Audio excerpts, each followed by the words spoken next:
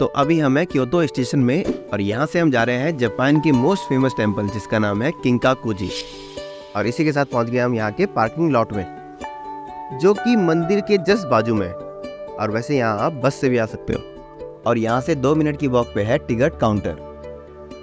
और जापान में आप किसी भी टेम्पल या श्राइन में जाओ ना, आपको टिकट लेनी होती है और वो टिकट हो सकती है 200 येन से लेके 1000 येन तक की।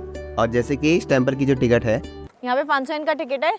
तो चलो आपको दिखाते हैं जापान का गोल्डन टेम्पल। तो चलो चलते हैं। तो टिकट लेके और 2-3 मिनट वॉक करने के बाद आपको दिखेगा ये जापान का फेमस गोल्डन टेम्पल।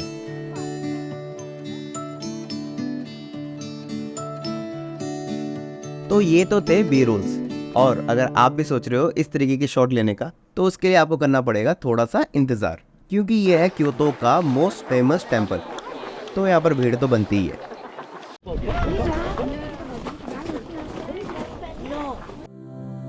तो अब जानते हैं इस टेम्पल का इतिहास। तो इस टेम्पल को बनाया था 1000 साल पहले आशिकावा योशिमित्सु ने। और ये थे उस समय के मिलिट्री चीफ और उस समय उन्होंने ये विला बनाया था अपने रिटायरमेंट प्लान के लिए। लेकिन उनके जाने के बाद इस विला को टेम्पल में कन्वर्ट कर दिया गया।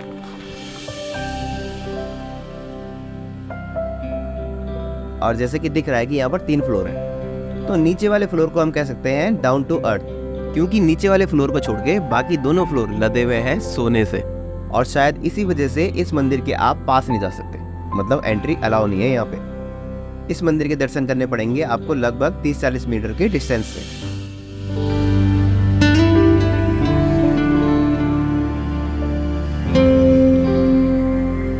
और टॉप फ्लोर के ऊपर है ये एक चिड़िया जिसको इंग्लिश में कहते हैं फेनिक्स। और यार इसको हिंदी में क्या कहते हैं ना, ये मुझे नहीं पता। अगर आपको पता है तो आप मुझे बता देना। मेरे अकॉर्डिंग ना ये कुछ जंगली मुर्गे जैसा लग रहा है। और ये सेम बर्ड ना जापानीज करेंसी में भी आपको दिख जाएगी। और ये भी बनी हुई है पूरे के पूरे सोने की। वैसे ये टेम्पल पूरा गोल्ड का बना हुआ है, ये कहना भी थोड़ा ठीक नहीं होगा। तो ये गोल्डन टेम्पल तो है, लेकिन ऐसा नहीं है कि अंदर से भी ये पूरा दीवारें वगैरह गोल्ड की है। तो इसको ना चारों तरफ कवर किया हुआ है गोल्ड की पतली परत से। लेकिन ये ऊपर की जो चिड़िया नजर आ रही है ना, ये पूरी गोल्ड की है। और इसीलिए शायद ना इसके नजदीक नहीं जाने देता, ऐसा नहीं कोई खुचर उचर के लेके आ जाए। वैसे तो इस जगह का जो मेन अट्रैक्शन है वो तो ये टेम्पल ही है, लेकिन इसका जो सराउंडिंग है ना वो भी बहुत ही सुंदर है। इस मंदिर के चारों तरफ बना हुआ है ये एक बहुत बड़ा पॉन्ड, और जहाँ पर आपको दिखेंगी अलग अलग तरीके की चिड़ियाएं और मछलियाँ।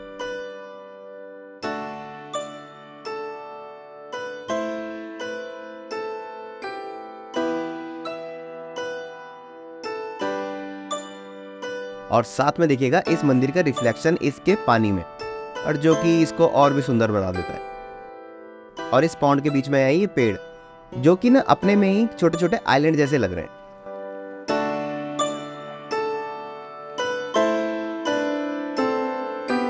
और आप इस टेम्पल में किसी भी सीजन में आओ, हर एक सीजन में इसकी सुंदरता अलग होती है। जैसे कि अभी आप 2 महीने पहले आते तो वो कुछ ऐसा दिखता, और अगर आप 1 महीने बाद आओगे तो दिखेगा ऐसा।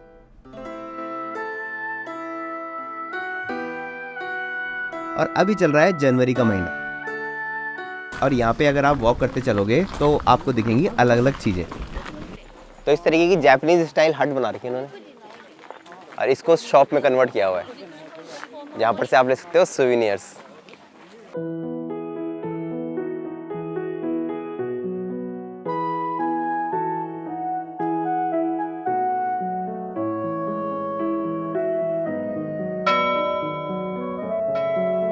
और थोड़ा सा और वॉक करोगे तो दिखेगी ये वाली जगह जहाँ पर कि आप अपनी एक विश मांग सकते हो। रूल सिंपल है, आपका कॉइन जाना चाहिए इस सेंटर में रखे हुए कटोरे के अंदर।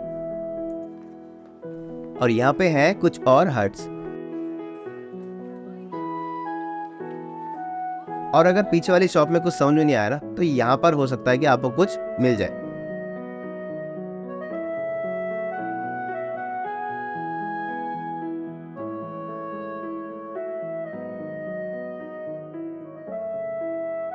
और इन केस अगर आपको भूख लगती है तो उसके लिए यहाँ पे कुछ रेस्टोरेंट्स, यहाँ पर आपको शायद कुछ खाने को मिल जाए।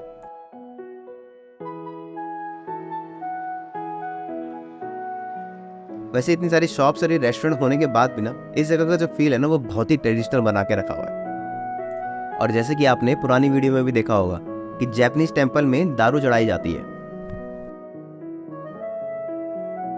और इस टेम्पल के एंड में है एक ये शॉप जो कि बेच रहे हैं जापानीज साके, मतलब कि जापानीज अल्कोहल। और ये कोई ऐसी वैसी दारू नहीं है, इसमें इन्होंने सोना डाला हुआ है। और फाइनली ये है टेम्पल का एग्जिट, और ये सूचना उन लोगों के लिए जो कि 2 से 3 हुए हैं। अगर आप स्ट्रोलर लाने की सोच रहे हो ना,